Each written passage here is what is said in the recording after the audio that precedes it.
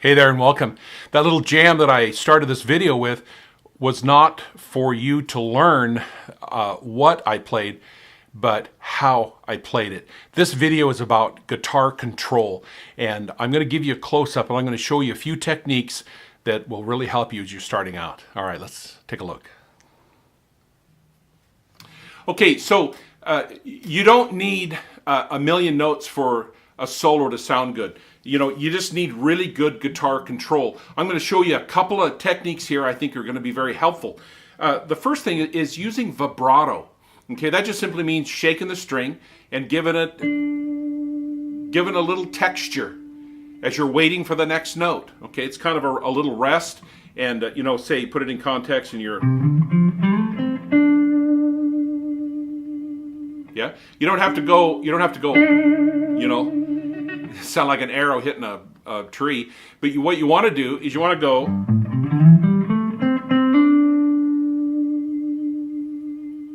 you want to kind of wait for it, give it a little suspense, give it a little texture.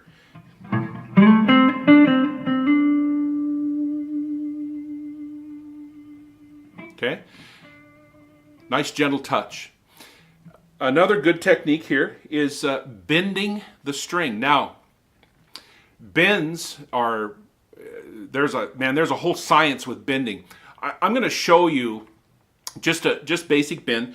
Use your whatever finger that you're going to use. There's times that I'll use my pinky, but I'm always going to have a finger back behind it because I want to have some strength. Okay, and usually when I'm bending or when I'm controlling the guitar, I'm usually putting my thumb over here.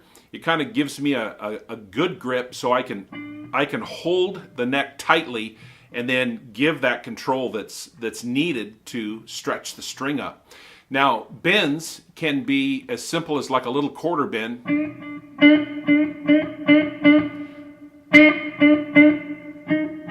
Not quite that note. Kind of in between, so it's kind of a quarter bend. Now you can bend up.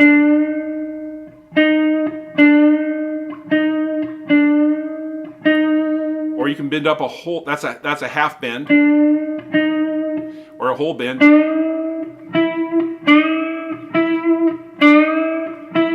Okay, and you have to kind of train your ear and know where you're going. Remember, anytime that you're playing a scale or any kind of a lick, you got to have a starting point and an ending point. Now, say for example, I'm going to do this. Maybe what I want to do is go. Okay? So you want to have a good point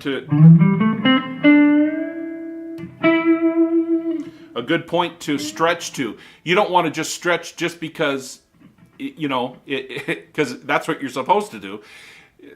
I see a lot of guitar players starting out when they're starting soloing, and they'll bend at the wrong time or a wrong note. Okay, like that's not bending anywhere. I mean, that's going to bend here.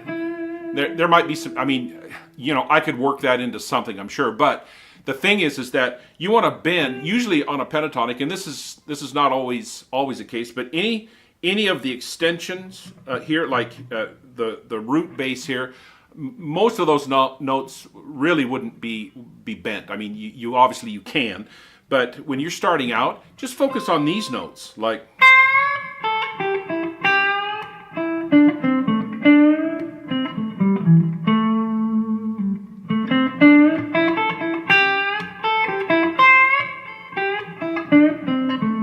Okay.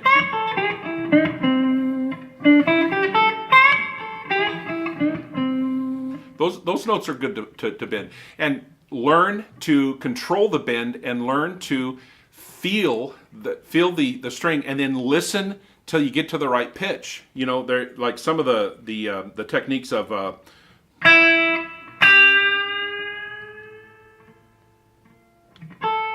okay.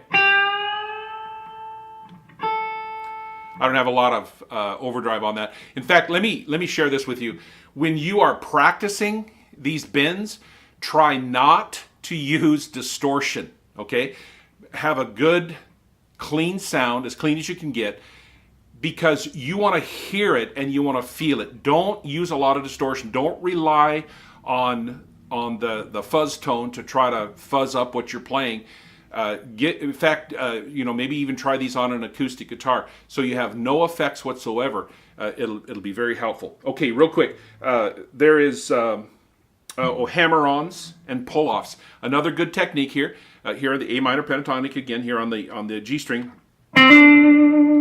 Here's a hammer-on. I pluck the note, and then this finger just pops right down a whole step up.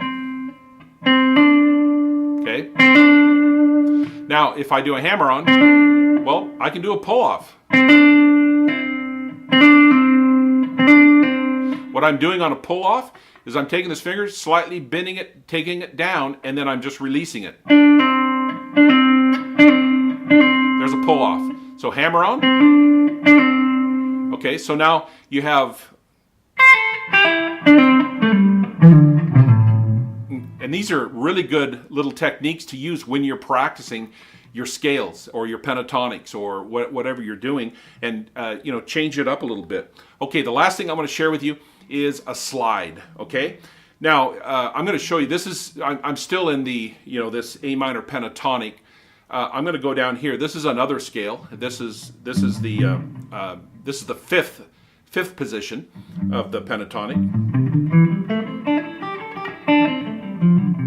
Okay, so and here's the pentatonic that we've been using. So what I'm going to do, I'm going to start down here and do that little pattern. Okay, you might call it a pot handle pattern, right? so here's a little box pattern right here on the E string and A string. And then when I get to the A string on the 5th fret, I'm just going to slide it up to the 7th. So it goes. Okay, now that I did this pattern here, I can use the octave rule, right?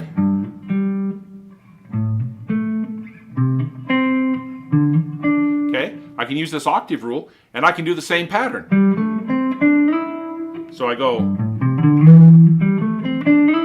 a slide, okay?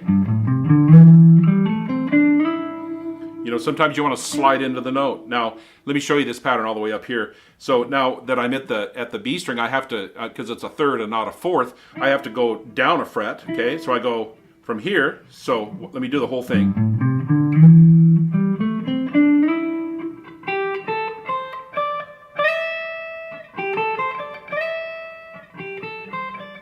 Same pattern, okay? So that's how you go from the 3rd fret all the way to the 12th fret. All right, there you go. Hope you enjoyed that. Now, take all of those techniques, the vibrato, the hammer-ons, the bends, the pull-offs, the slide, all of those, apply that in your practice time when you practice your scales, when you practice your pentatonics. It'll add a little flavor to your practice as well. And as you're doing that, noodling around, you're going to come up with some cool ideas. All right, until next time, we'll see you.